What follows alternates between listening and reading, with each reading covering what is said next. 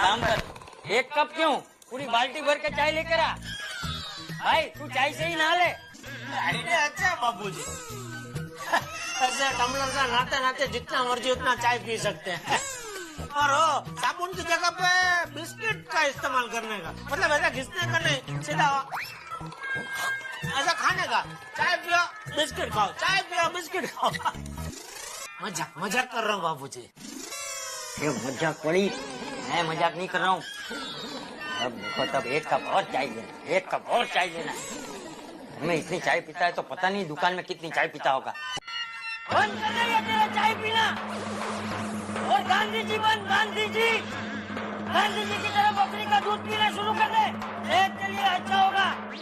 अब देखो तो चाय चाय चाय चाय लो कहीं लो। पंछी बनूं उड़ता फिरूं मस्त गगन में। आहा आज रविवार है। अरे रविवार दोस्त,